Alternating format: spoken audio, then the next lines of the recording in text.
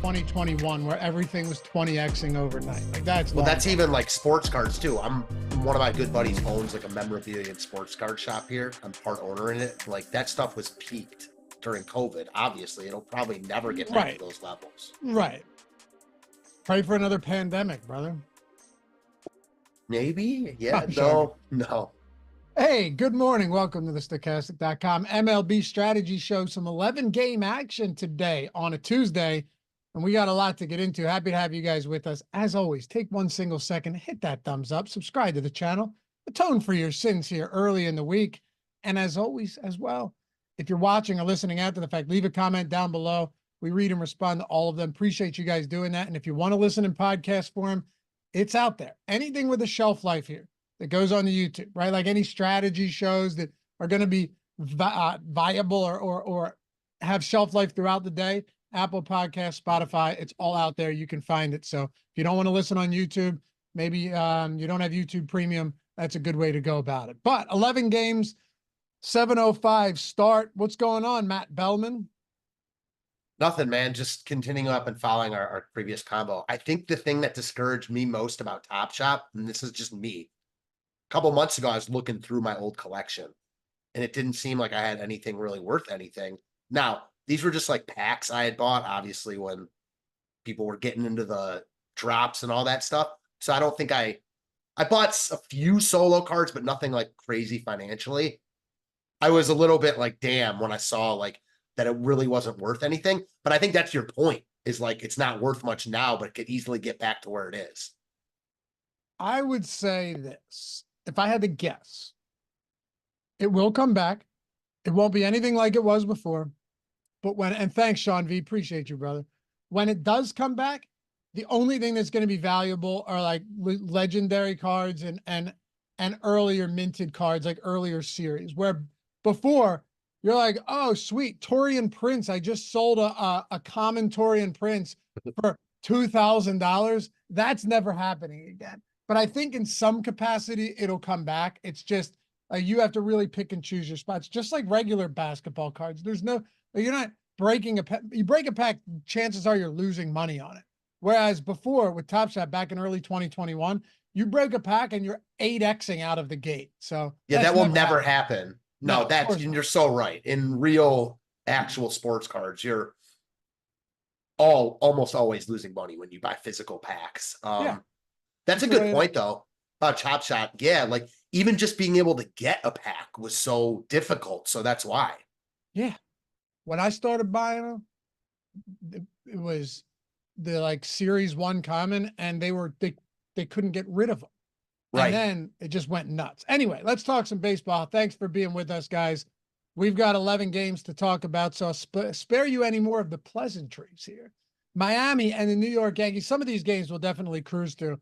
But the Yankees 4.7 run total today, Matt. Miami 3.5. Carlos Rodon on one side, AJ Puck on the other. There was a lot of anticipation about this guy who has been in the league, but making at this point with injuries and a bunch of other stuff, becoming a starter at the time has not gone according to plan. He's walked 9 batters over 6 frames, 6 strikeouts in 6 innings, and he's just had a generally tough time finding the strike zone. Now he's going up against the Miami or a New York team that since the start of last season has the second highest walk rate in baseball. It's north of 10%, a lot of power from the right side of the plate at Yankee Stadium, which sure favors left-handed hitting, but still this isn't exactly the greatest get right spot for AJ Puck today in New York at Yankee Stadium. No, not even a little bit. I do think that the numbers are probably a little bit worse than how he's actually pitched. He just hasn't been able to spot his pitches like he was in spring training where he was dominant. And that's not a crazy thing to see. A lot of guys really good in spring training. Then they get to that actual regular season. They fall back down to earth. Puck was always like a good pitcher in the bullpen. And I'm still confident that like he will have some value as a starter in DFS this season sooner rather than later, but not tonight. Waiting on our tools to update, but I'm much more interested in the Yankees side than Puck himself. It's just how good do the Yankees look compared to the other really good teams on this slate? Arizona, Texas. There's some other really good, other good spots that are really worth looking at. So I like the Yankees here. Not interested in Puck at all. Just how much do I like the Yankees? I think I'll have to wait to see what the tools tell me. Well, right now, yes, you have a 6.8 run implied total for Arizona against Cal Quantrill at Coors Field. That looks pretty appealing. You have a couple of other spots. Atlanta against Adrian Hauser, 5.7 run implied total at home. Yeah, there's some spots out there that we're going to have to talk about. I will say, though, I think the Yankees look pretty good here. I ran the Sims earlier. As far as stack exposure goes, though, not getting a ton of them right now. And I think, to your point a second ago, a lot of that is because I'm getting a lot of Atlanta. I'm getting a lot of Arizona as well. And that's just kind of resulting in less of this Yankees team. Also, when it comes to AJ Puck, the walks have been the biggest issue, right? It's not like guys like this, sometimes I hate stacking against them when you can't find the strike zone. Sure, you bring the bullpen in early because they can't get out of the fourth frame because they've walked 5 batters. But if you're not finding the strike zone, there's only so much you can do from a walks perspective. He hasn't given up a homer yet. It's not like this guy gives up a ton of power. So I think it's one of these unique spots in which, yes, he has struggled badly, but he's struggled differently than a guy that comes out and serves up 60% fly balls and 50% hard contact. Fair point. I'm with you. The counter to that would be, it's not like he's been like Blake Snell, where he's walking a lot of guys and then just striking everyone else out. He's not been impervious to getting hit. So the Yankees, with their lineup, just how it's constructed, is not a team that I recommend putting runners on against. This is a team with a ton of power. And the upside for the walks is that you get guys on base for that 3-run homer, grand slam, whatever it is. I'm with you, though.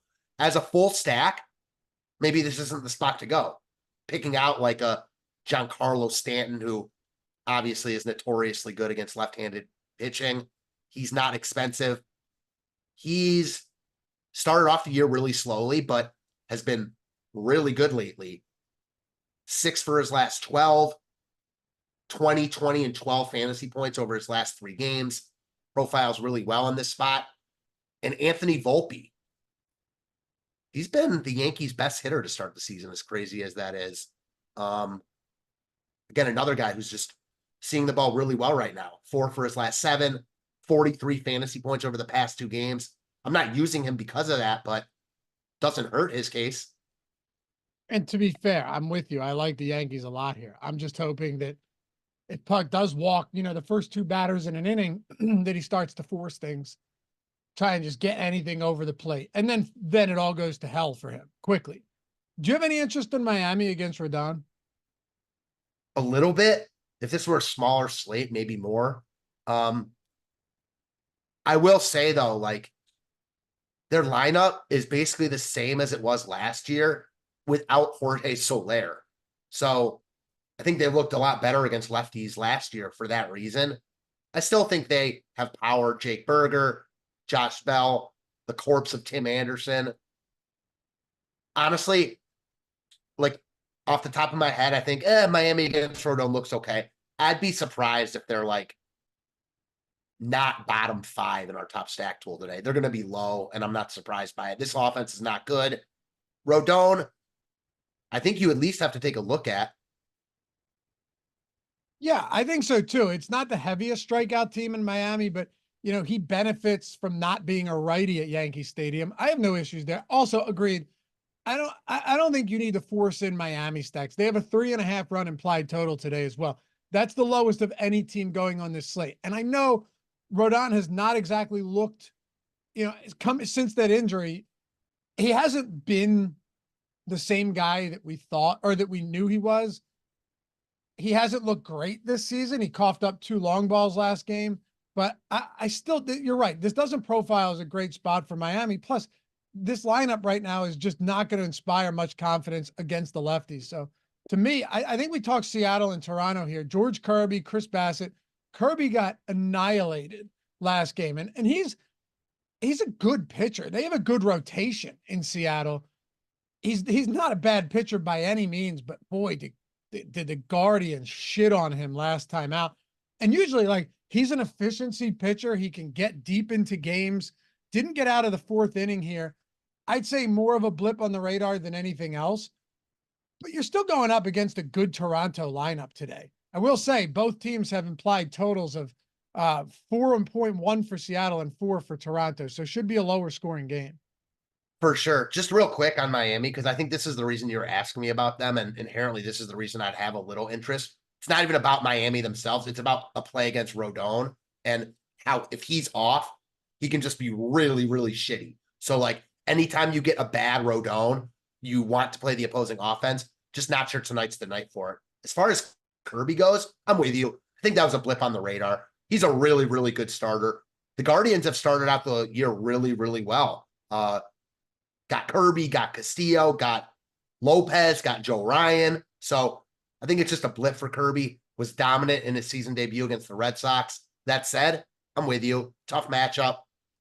Tournament, spend up to be contrarian pitcher. That's it. Yeah, right. And I don't even know. I mean, I don't even know if you have to, right? I know what you're saying. Yeah, sure. Spend up to be contrarian. You've got Wheeler against St. Louis. They're actually striking out at a relatively high clip this year. Glasnow against the Minnesota team that strikes out at the highest clip in baseball by a wide margin since the start of last season. They have power, but also a lot of strikeouts. Evaldi's going up against Oakland. There are some good matchups at the top here for these higher priced pitchers. Yeah, I definitely don't think you have to either. I think it's just one of those things where he's going to come in like probably under 10% owned. So there is some leverage there if you're playing chalky bats, but I'm with you. I like those other guys more. Do you have any interest in Chris Bassett today? And I should preface this with, I know he hasn't been great in his first two starts.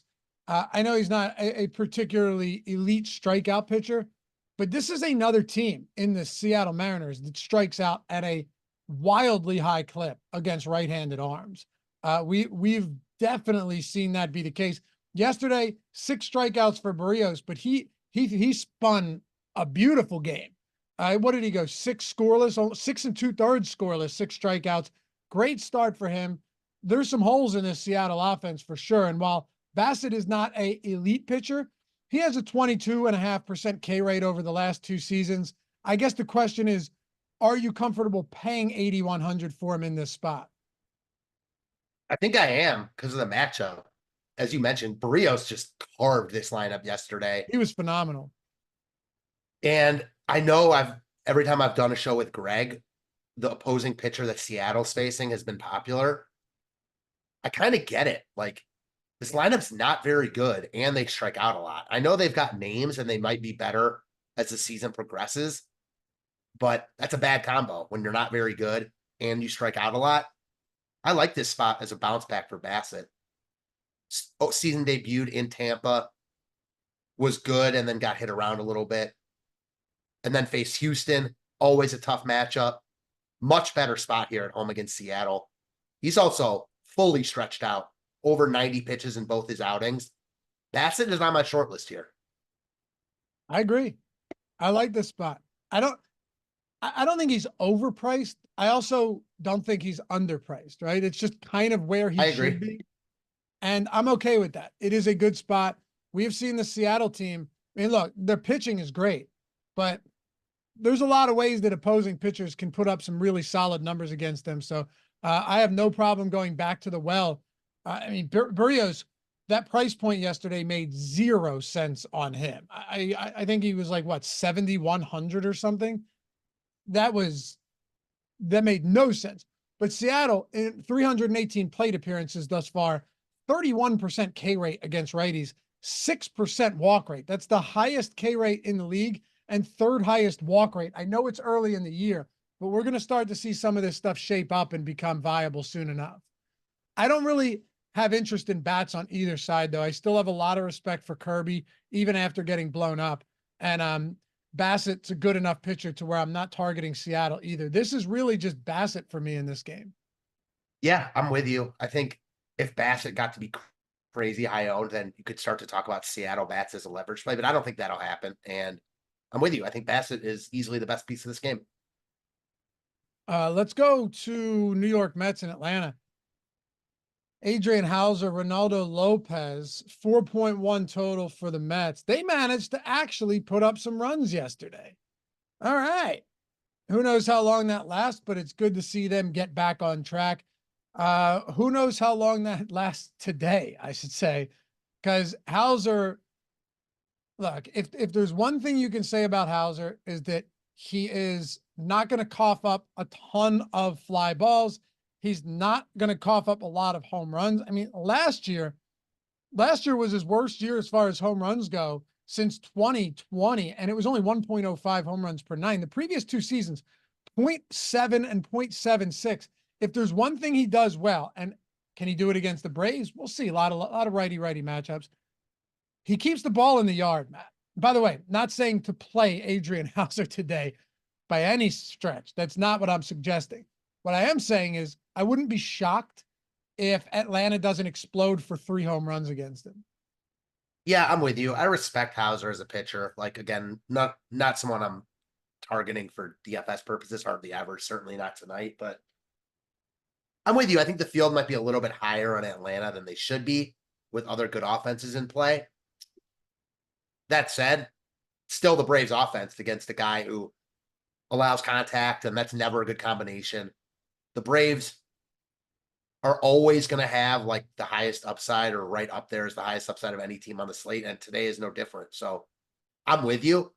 I think that their ultimate upside might be capped because of what Hauser does, but at the same time, it's still the Braves. So it's just an ownership thing for me. Like, I expect them to be getting a lot of love, so I'll probably go elsewhere. But if they're not, I see nothing wrong with them. No, of course not. And listen, I'll always revert back to our top stack tool, top pitchers tool. I'll always revert back to Vegas, and they have the second highest implied total on the slate at 5.7. This is still a very unenviable spot for Adrian Hauser. You know what I mean? He's not good. He's just not terrible. But like I said, the only kind of silver lining if you're Adrian Hauser is that you don't cough up a ton of home runs. He's also not going to generate a ton of swings and misses either. So something's going to have to give here. And you're talking about last season. This is a guy with a swinging strike rate of 7%, Matt, and 6% the year before that. If you're just getting balls across the plate and they're making contact, sooner or later, you're going to get tuned up. Who would you rather stack against, Adrian Hauser or Martin Perez? Hauser. I think it's close, but probably Hauser. Oh, wait. You're saying for some reason I thought Perez was on the schedule tonight, and I was like, that's I don't, okay.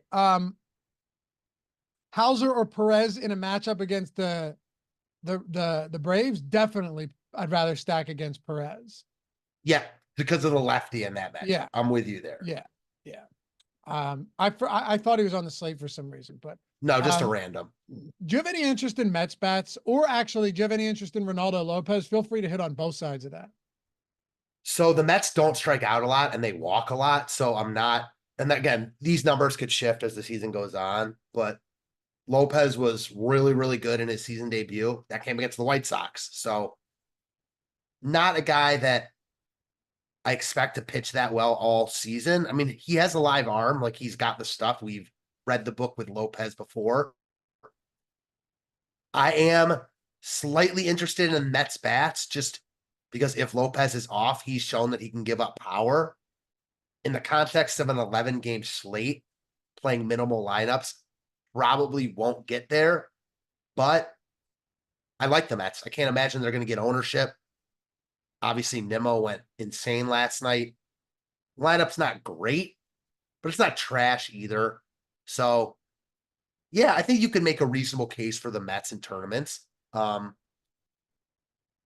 love them, but in play for sure. I don't have much interest in Ronaldo Lopez on the other side of this game. No, again, I'd like to see it again. Mets don't strike out a lot. Came off that really good outing against the White Sox. Now he's priced up. I'd much rather play Basset at that same price. Yeah, he's pulling like 7%. Bassett's pulling 8% right now in our ownership. To me, that's a no-brainer. Yeah, same. Really feels like a no-brainer in that spot. It's really Braves, and then you're saying maybe some contrarian Mets stacks on the other side, but Braves look good against Hauser. Dodgers and Minnesota, Glasnow and Varland. So, all right, let me ask you about Glasnow here. He's gone 6 innings in each of his last 2 starts. Encouragingly threw 100 pitches last time out as well. So that's nice. 100 pitches for Glasnow. He's made 3 starts because he had that one in, where were they, in Korea? Where were they? Korea, Japan, somewhere out there in Asia. But, you know, this is one of these spots where Minnesota has power. I mentioned it earlier, but also the strikeout rate on this Twins team is outrageous. Let me give you something real quick that you'll be amazed by this. So, since the start of last season, highest K rate in the league versus righties is the Minnesota Twins, right? This season, though, and this was kind of shocking because there's some really bad teams. WRC plus, dead last against righties. Not the White Sox, not Seattle, not the Mets. Minnesota, 67 WRC plus. 102 ISO. Look, with hot streaks and cold streaks, you know they exist, but you can't quantify when they're going to start or when they're going to end. But this has been an objectively bad offense versus righties to start the season. And Glasnow's getting them right at the low. So we'll see what happens today, but they have really struggled. 270 or 257 weighted on base average versus righties through their first 300 plate appearances. Really struggling right now. And it's not like they've faced like all Tyler Glasnows. Right. This is off the top of my head, but Brady Singer destroyed them. I mean, he had probably the best start of his career against them. Tanner Bybee, remember that slate, was amazing against them. Amazing, yeah. A couple other of the Royals pitchers were really good. So yeah, in the context of this slate, Glasnow, he's expensive, but I think you could say the 2 best pitchers on this slate confidently are him and Wheeler, and spots are good for both.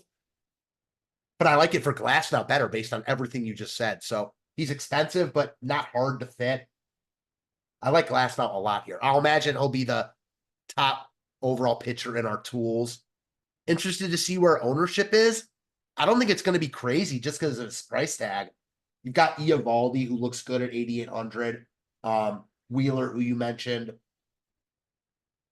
Savali, who I bet will get a lot of love, who we'll touch on late. So I like Glasnow. He's in my short list with Bassett.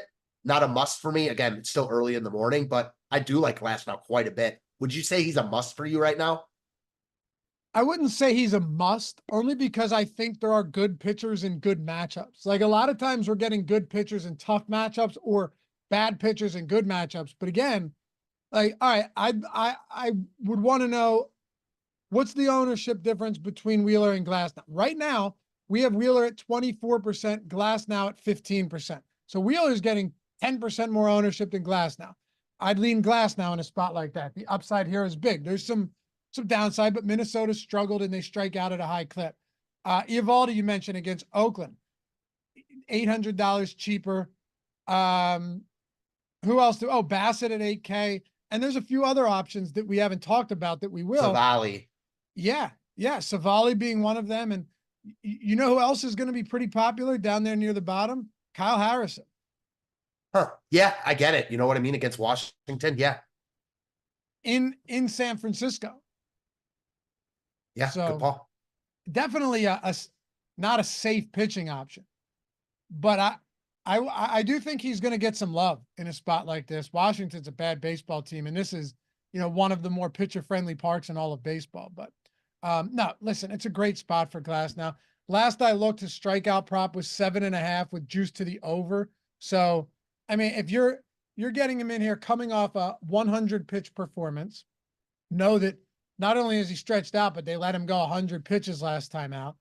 And his K prop, over 7.5, and on Pinnacle, Oh, Pinnacle has 8.5 with the underjuiced. FanDuel has over 7.5, -136, circa 7.5, -110. So yeah, you're looking at what should be around the 8 strikeout game if things go according to plan for Glasnow today.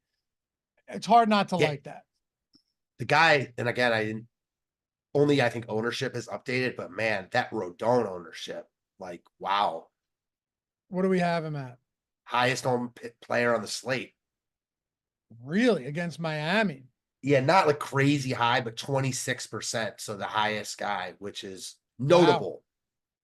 I mean, if this holds throughout the day and Glasnow's really only pulling 15%, he's going to look wildly appealing. Yeah, I mean, as of just looking at this, if all this holds, I'd like Wheeler still. I mean, I don't mind playing a guy like Wheeler as chalk. Guys like Rodon is where I get kind of sketched out with it.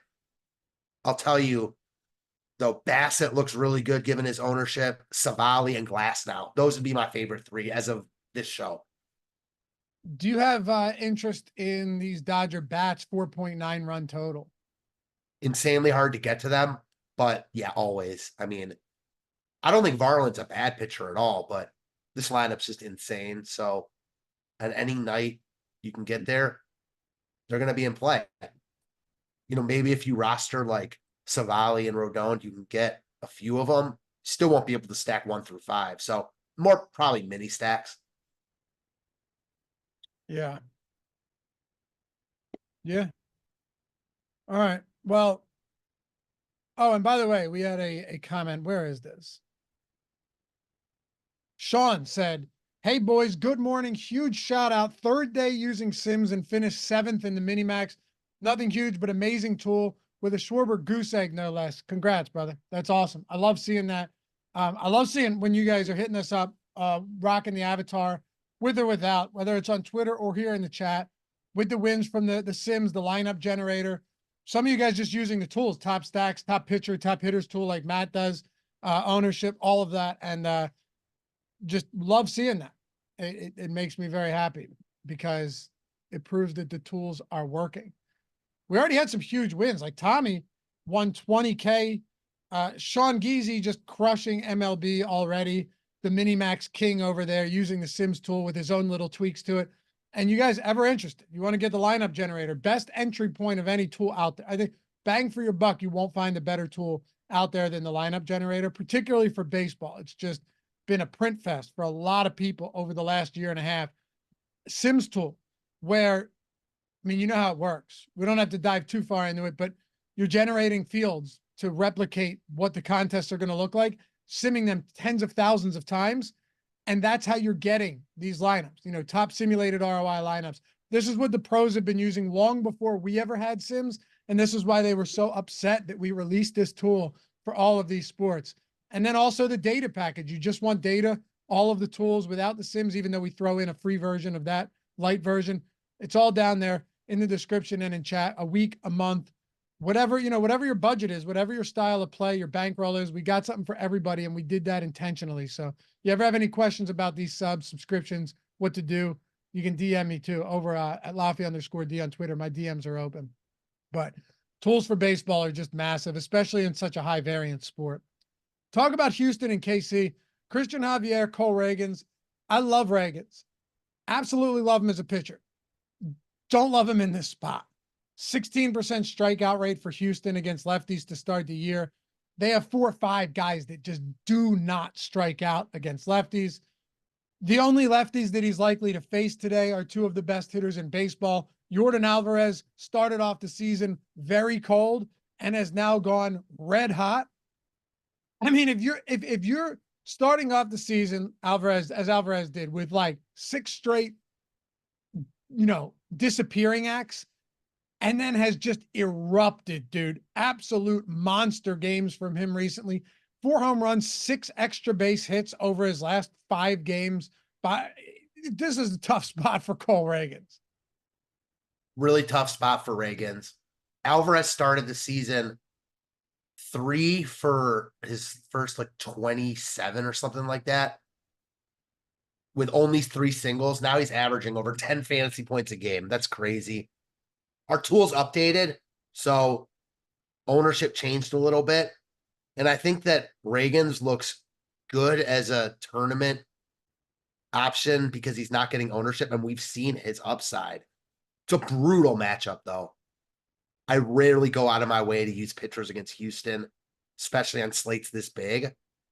I think you can make a case for it, though. We've got Wheeler and Glasnow, but after that, everyone pretty much has question marks, even a guy like Eovaldi. So I don't hate the idea. If I were multi-entering, he's coming at 6% owned. Maybe I'd get to like 10%.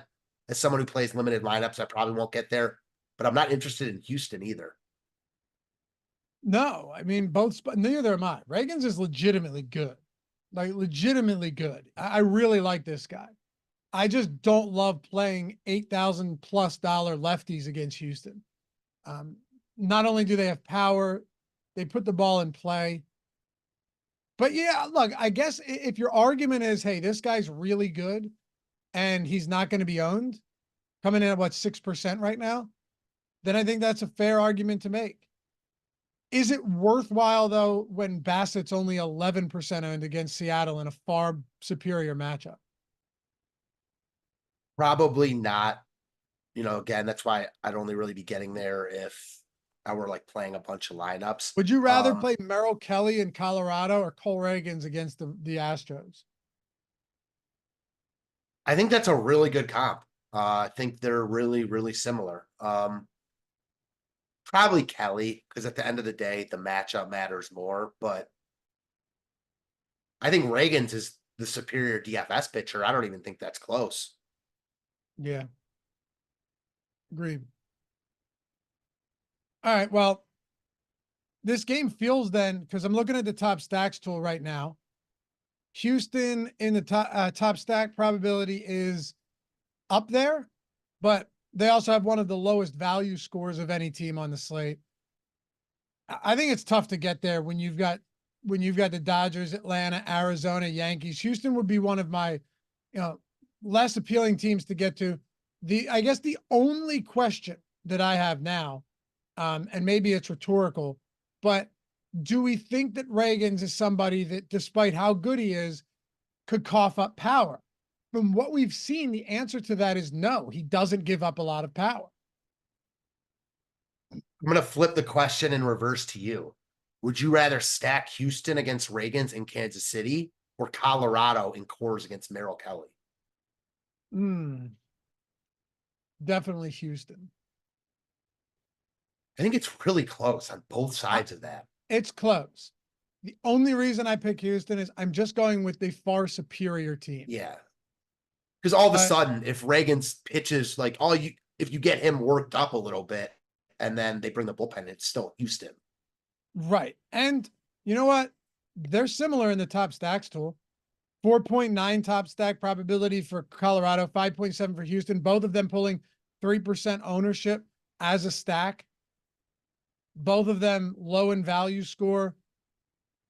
Yeah. Houston has a higher stack score though, but that's about it. Yeah, that's the one thing that I noticed about Colorado. They're expensive today. Yeah, very, very, very expensive for not good hitters against a really good pitcher. I mean, Merrill Kelly's good.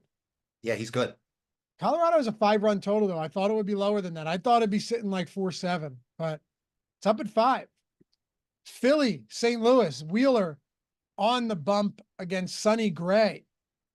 So, all right, Zach Wheeler is elite. We know that. You said we updated ownership. Let me see how he profiles in the top stack tool. Yeah, we have him with the highest likelihood of being a top 2 pitcher on, 2-pitcher site like DraftKings. He's getting ownership, of course, but St. Louis 3.7 run implied total here. Wheeler, despite the negative leverage, still looks very good. Yeah, for my money, he's the best pitcher on the slate. I'm a huge Wheeler guy. I like him pretty much every time he's on the hill, and tonight's no exception. I don't think he's a must because of Glasnow and Eovaldi and Basset and Seattle, but he's certainly in that group for me. And if I were making one lineup right now, I'd probably just play Wheeler because he's the best pitcher on the slate in a fine matchup. I see nothing wrong with his ownership at all. I don't either. And the same, Where would you say this St. Louis offense ranks among the rest of the league?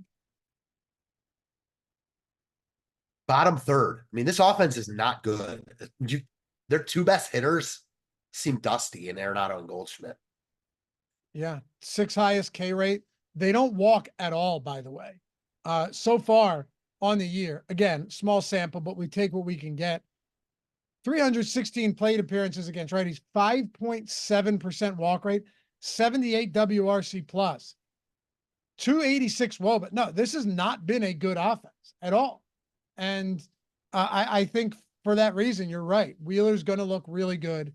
And if you're getting to him, he's well worth the price point.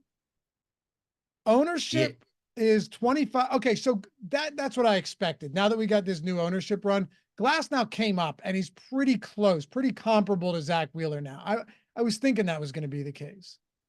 Same. I just don't think a lot separates them. Agreed. I agree.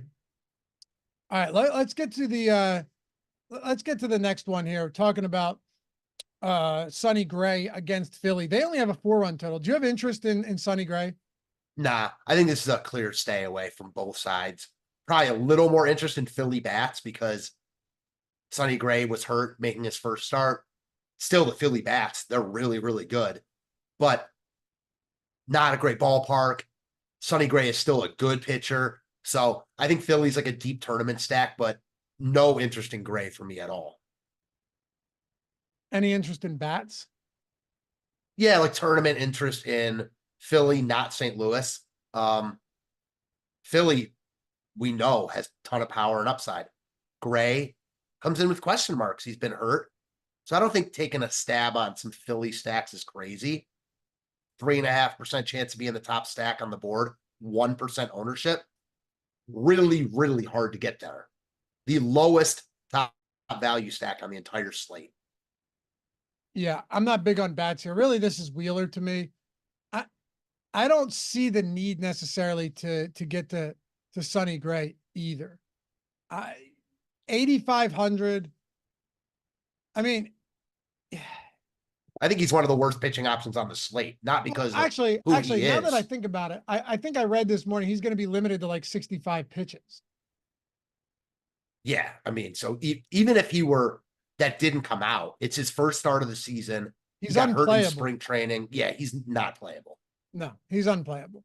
I forgot that. I read that this morning, 65 pitches for him. You can't play Sonny Gray, not at that price point, not at any price point really, unless he was dirt cheap. Alex Wood, Nathan Eovaldi, Texas 5.2 run implied total at home against Oakland. They're at 3.5, tied for the lowest on the slate with the Miami Marlins facing Rodon. But Eovaldi in this spot, he's another one that we have to put into the same conversation as all of these other good pitchers today. He's pulling 31%. Highest owned pitcher on the slate right now at 8,800. Good matchup against Oakland. A lot of negative leverage, though, in our top pitchers tool. A lot of negative leverage because we only have him 14% as a top 2 pitcher. That is the interesting part to me. But on the surface, on paper, clearly looks like a good spot for Eovaldi, man. Yeah, he was dominant in his last outing, too, against Tampa. Obviously, a much tougher spot. That was that crazy weather day where all those games got pushed back. He looks great here. I'm a little bit hesitant because the ownership is so high strictly because of the matchup. Like, Eovaldi's a very good pitcher. Certainly not as good as Wheeler and Glasnow. The matchup's a lot better. Oakland's been feistier recently, though. They got to Jack Flaherty. They even got to Skubal a little bit in that one start. I know they hit a home run. They weren't great, but I don't like the ownership with Eovaldi. That said, I get it. And he's probably my favorite pitching option on the slate because his strikeout upside is so high here. And he's the cheapest of the Glasnow Wheelers of the world. So he's certainly in that group for me. I like him a lot. Me too. It's really at this point a group of at the top. Eovaldi, Wheeler, Glasnow. Is there anybody and I think I would put Basset up there just as 8K plus guys that I like today because he's only pulling 11%. We have him no real leverage one way or the other, but I would put Bassett in the conversation. If you're taking 8K and up guys, I think he has to be talked about too. And we did, but that's pretty much where I'm at, unless you consider Merrill Kelly a viable option here as well. Not for me. I just think even a guy like Bassett, the more games we talk about, the more I think he gets squeezed out for me. Because I like Eovaldi a lot, Wheeler, Glasnow. We'll get to Savali. Now, again, if I were playing 150, I'd be overweight on Bassett. Just a matter of whether I use him in minimal lineups. Certainly still in play for me. He's on the short list. He might get squeezed out, though. Again, we'll just have to wait and see what happens throughout the day. But yeah, I'm with you. Eovaldi looks really good. Alex Wood. Just trying to think if there's any other really cheap pitchers on the slate. I don't hate Alex Wood, to be quite honest. I don't either. I think Harrison's probably going to be, and we're talking how cheap are you willing to go? Alex Wood is definitely cheap at 5,700. Man, that is, we haven't positively leveraged. Tough matchup though. If you're playing Alex Wood, you're only playing him so you can jam bats. Right, like the Dodgers, who other people won't be able to get to. I don't like Wood here. The only thing that stood out to me was a 20% chance of being a top 2 value pitcher. I mean, that's high. Yeah, I agree. I also think some of these Texas bats look pretty decent though, too. Oh, yeah. Oh, yeah. I just think that a part of the other reason I said Wood is because Texas looks to be one of the most over-owned teams on the slate. So take that for what it's worth. Like, they're in a great spot.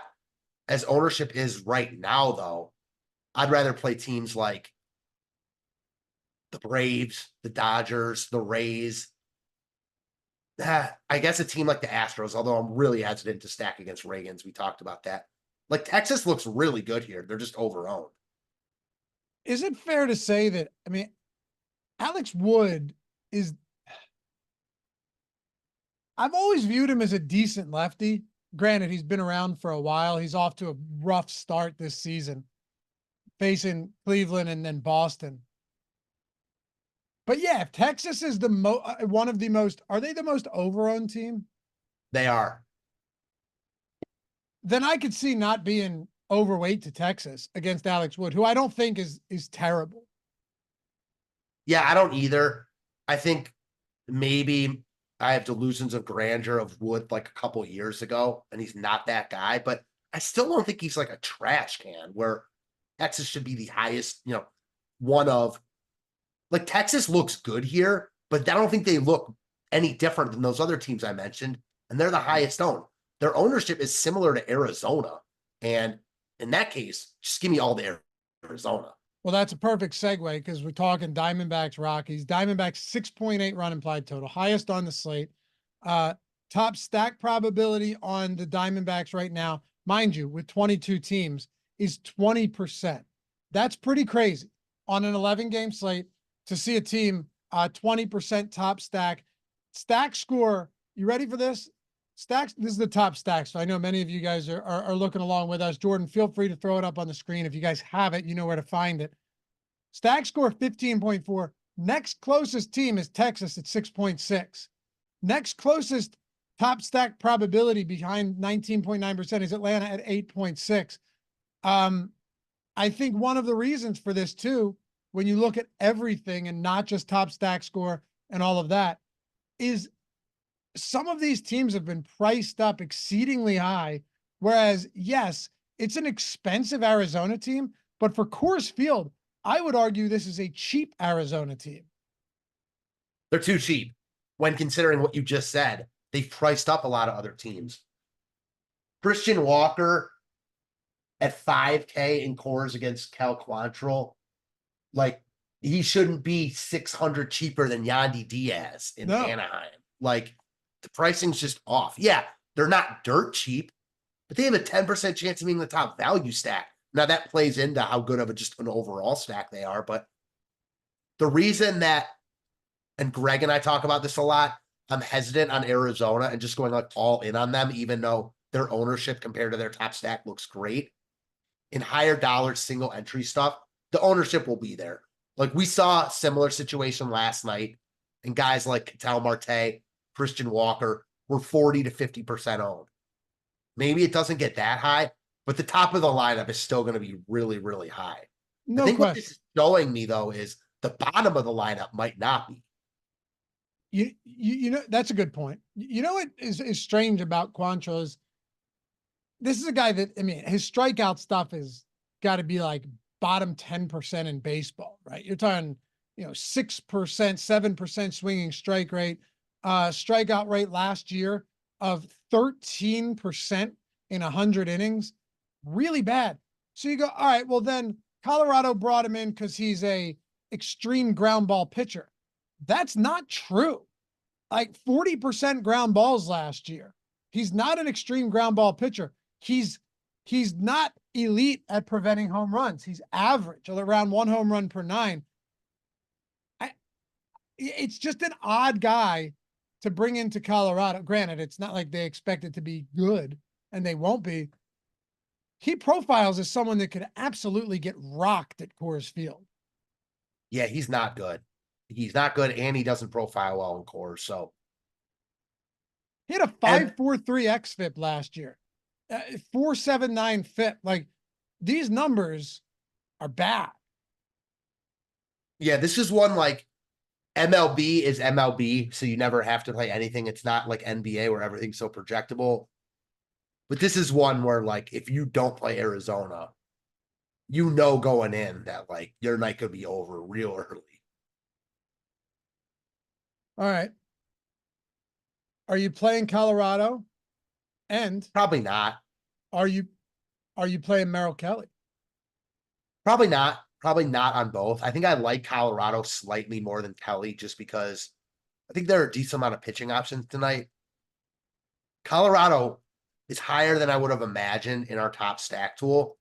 I like a couple other teams around them slightly more. Tampa, which we'll get to. I respect Kelly, so it is surprising to me to see Colorado so high in the top stack tool, given how expensive they are. This is probably just a stay away on both sides, acknowledging that both sides certainly has upside. Yeah. Kelly's intriguing to me. I think this really comes down to ownership. Right now, Kelly's getting 8%. So no leverage, 8% top 2 pitcher, 8% ownership, totally neutral play, right?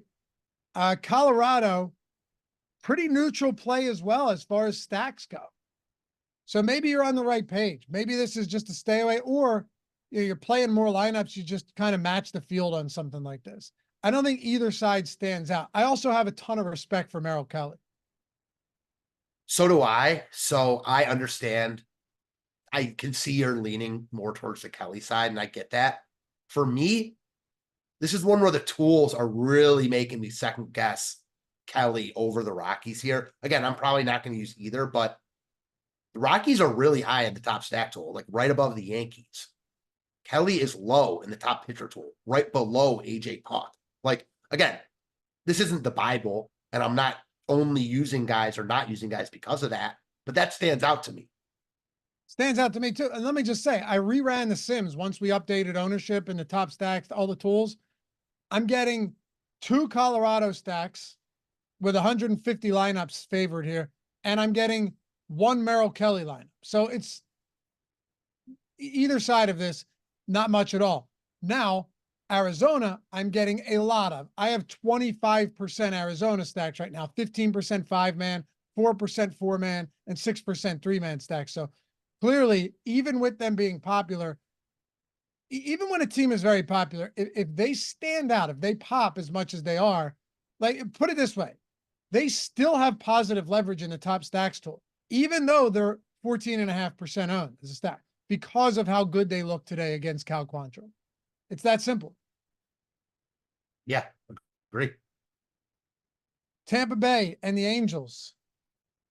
Aaron Savali, Patrick Sandoval. You mentioned that earlier. Savali was someone that you thought could get some ownership. You're right. Currently 5th highest owned pitcher, almost 20% owned. Solid value at 7,700. it's him up there with that ownership. It's Kyle Harrison at a similar price point. Carlos Rodon is 7,900. All three of those guys in that high 7K range are getting between 18 and 22%. Yeah, I like Savali quite a bit here. I don't think he's certainly not as good of a pitcher as Wheeler or Glasnow. He's probably on that Eovaldi level. I just think it's a good spot. I know the Angels were good last night. They got to Zach Eflin, but outside of like the top of their lineup, really only Mike Trout. Like this lineup is full of guys who aren't very good and can strike out. So I think Savali is just in a pretty cushy spot here. I don't think he's a must. I mean, I don't think he looks that much different than a guy like Bassett, who's not getting nearly the ownership. So, the tools aren't as high on Savali as I thought they would be. Again, like I still like him. So he's certainly on my short list. Getting too much love right now. Don't care that much because it's easy to balance that out with bats. It's not like he's, like you said, he's one of the top 5 highest owned pitchers on the slate, but Rodon is getting more love. So not worried about the ownership. It's just there. I like Savali here. Maybe I don't love him as much as I thought I might, but I just don't really see anything wrong with him. He's been good. He's too cheap. Let's talk about the other side then. Sandoval, and then really Tampa and LA bats. Neither team has a particularly high total. Josh and I were talking about this yesterday, how the Angel Stadium went from being very pitcher friendly to like 6 years ago being hitter friendly. Do you have Tampa stack exposure or interest against the left-handed Sandoval today? I do a lot, and our tools bear that out. Sandoval is fine, but he's a guy that when he gets hit can give up power. Tampa's got a ton of it from the right side, and they're just not getting love. So similar to Houston in our top stack tool, one of them's facing Cole Reagans, the other's facing Sandoval. I get it. Houston's a better offense than Tampa, but Tampa's still got really good hitters with power. They'll run also. I know a bunch of these guys are pinch hit risk, but know that going in. So their main guys are the guys you probably want to get to. I like Tampa a lot here. Again, 5% chance of being the top stack on the board, 2.5% ownership, one of the highest leverage teams on the slate. They're expensive, which makes it harder to get to them, but that makes me also like them more because no one's getting there. So yeah, I do like Tampa, probably more than I thought I might. I agree. Really good spot. I mean, look, Sandoval's fine, but like you said, it's a good park. It's a decent enough matchup. Where's their top stack score? You may have mentioned it. All right. Yeah. I mean, they're what, 6 top stack probability. Once you get past Arizona, there's no real distinguishable factor between like 2 through 10. You know what I mean? I mean, that's not true. They're Atlanta and the Dodgers and Texas and all of that. But when you consider the ownership on some of those teams and the value on some of those teams, it doesn't look all that different. The only thing with Tampa is they're pretty expensive. God, go ahead. They're really expensive. And to your point, and I'm just going to kind of follow up to your point, the difference between Arizona and Atlanta's number 2 in the top stack tool, is bigger than the difference between Atlanta and St. Louis, who's the bottom team in the top stack tool. So that bears your point out. For sure. All right, we got 2 games to go. By the way, if you guys haven't done so yet, take 1 single second, hit that thumbs up. Greatly appreciated here. And goes a long way for us. Oh, we got 72. Not bad for an MLB strategy show on a Tuesday with a big NBA slate. Thanks, guys. Also, if you're not on Sleeper yet, why? $500 first match deposit bonus. I talk about this all the time. Where like all of these pick'em sites have advantages. Underdog, they do some free squares, but they have they have the daily drafts, they have best ball, they have pick'em, they have everything, right? Prize Picks is huge. Everyone knows about Prize Picks. They're doing unique and innovative stuff. Sleeper, if you're new there, is the best place to sign up, without question. $500 first match deposit bonus, plus every day there's a free square. If you're a new first-time depositor, like today, Jason Tatum, points have been discounted from 24.5 down to 0.5 point. So you're getting a free square to throw in your first entry, plus up to $500 deposit bonus instantly. It's a no-brainer if you're in states where Pick'em is eligible, where Pick'em is around, to just grab all of these bonuses on all of these sites. And particularly here, you're getting a huge bonus plus a free square. You can go in up to 100 extra entries, and they have the dynamic pricing, which means unlike, see, I said every wrinkle to all of these different pick'em sites, Sleeper, you can take home runs, doubles, stolen bases, because they have multipliers attached to all of these projections. Instead of just standard like minus 110, 120 juice, they have multipliers. So you like a home run from Bryce Harper at plus 400, you get a 4x multiplier on that thrown into your entry. Very cool feature, great bonus, free square if you're new. Link in the description and in chat. Take advantage of that one for sure over at Sleeper Picks. Josiah Gray, Kyle Harrison. All right, yeah, I'm good on Gray. And I think Harrison's interesting. I don't love I'll be honest. I don't love going to, less stable, less predictable pitchers against Washington because they're not a particularly high strikeout team, even if they're not good. Harrison to me is probably the guy that, despite the ownership, I like the least. And I could be way off base here. I'm 100% with you. Like, total agreement. Washington's a good matchup, but they don't strike out a lot. The ownership's just too high, considering that he's the cheapest of the bunch of like playable guys, but he's not like cheap. I mean, Bassett's right there. Rodon's right there. Savali's right there. He's easily my least favorite. And again, maybe I'll eat my words later tonight, but I'm not like worried about not playing Kyle Harrison here. So I get it. He was really good in his season debut against the Padres, then faced the Dodgers. So falls into a nice spot here. But the ownership is just there, and I don't think it should be that high. So we're in complete agreement on this. What about San Francisco Bats? Yeah, they're in play. They were in play last night, didn't do anything against Trevor Williams. Gray is a higher upside pitcher than Williams. He'll get more strikeouts, but also give up more home runs. So, yeah, you're dealing with a bad ballpark. Ownership is there on San Fran. I like them, but they don't really stand out like over a team like the Yankees or a bunch of other teams that we've talked about. They're cheap, so I think they probably work best as fill-ins. And I should point out too, I just want to clarify. Washington since the start of last year against left-handed pitching. So what? 2,000 plate appearances, 18% K rate, 18.4. Only Houston was lower at 18%. The difference is that Washington offense is still bad, right? Like 96 WRC plus, 315 WOBA, 142 ISO. None of these are good numbers, and it's a great pitcher's park. So I get why you're seeing the Harrison ownership. I just wouldn't be like Harrison. It feels like for Harrison to have a really solid game at 20+% ownership, Matt, you need him to go deep and just completely prevent runs in a spot like this. Anything can happen. We've seen it happen, but I have a tough time believing he can go out there and give you like 6-7 strikeouts. And I also don't have confidence that he's just going to go out and throw like, mow that. Like, he's young. They kind of treat him with kids' gloves. Like, I would like him if no one was getting to him because it's a good matchup, but he's getting that. The ownership is just so high because of the matchup. Now, to his credit, he's higher in the top pitcher tool than I thought he would be, but all the guys that are ahead of him, I like more. Talked about Savali and Bassett. I like those guys more. Yeah, he's my least favorite of the bunch. Like, I get it, as you mentioned, but not for me. Yeah.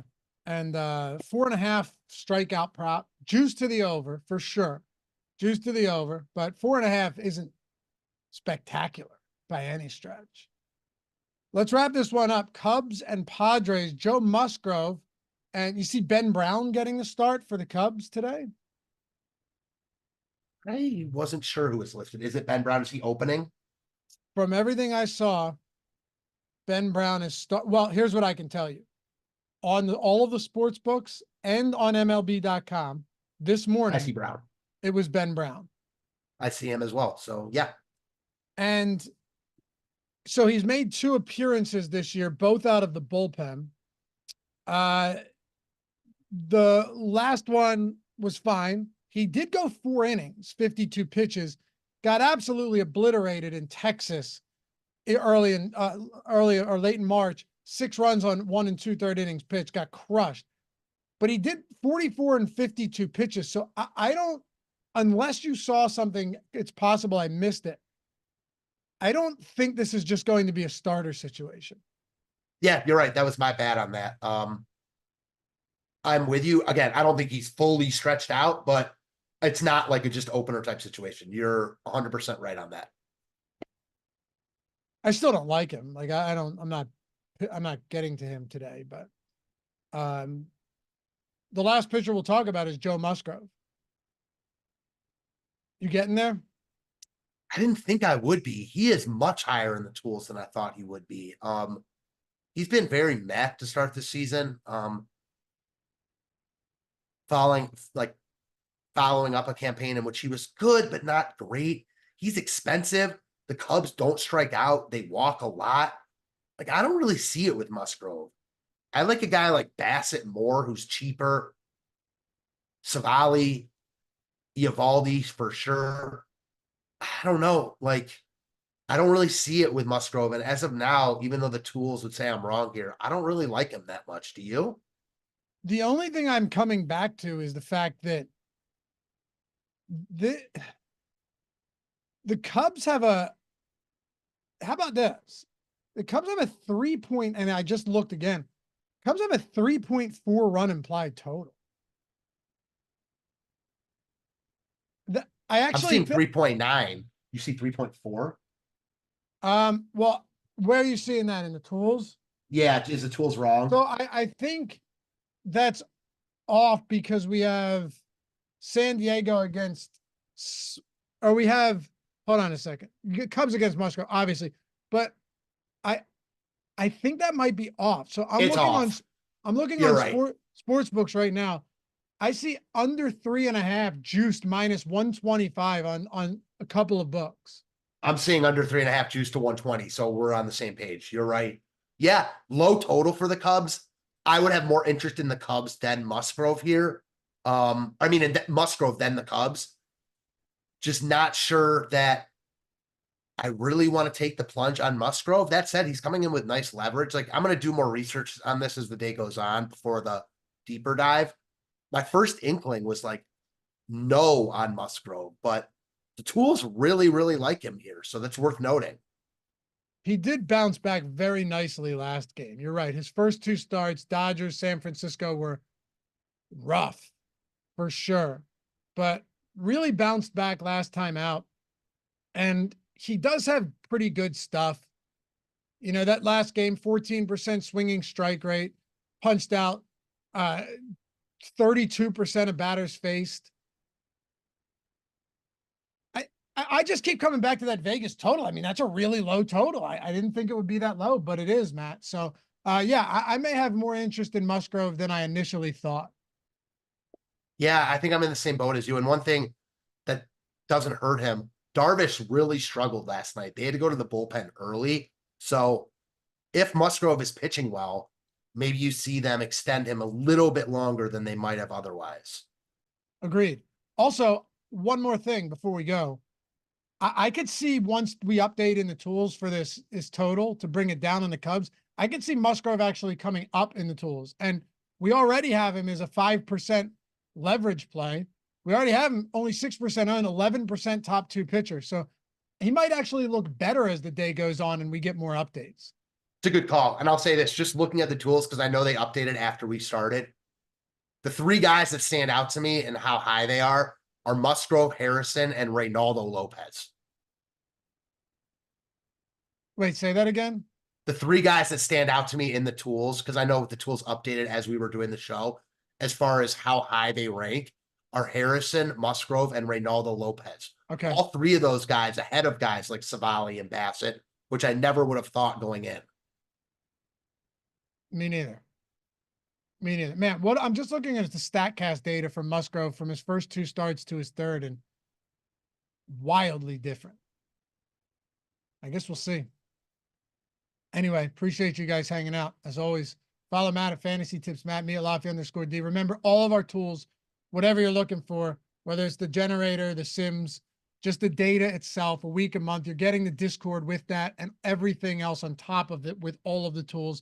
Links in the description and chat. You have questions, hit me up. And always check out Greg's tutorials so you don't have to dive in head first. Appreciate it. We'll see you guys back here tomorrow, live before lock, deeper dive NBA, MLB, all of that coming up tonight. So don't go anywhere. Well, go somewhere and then come back later. Peace.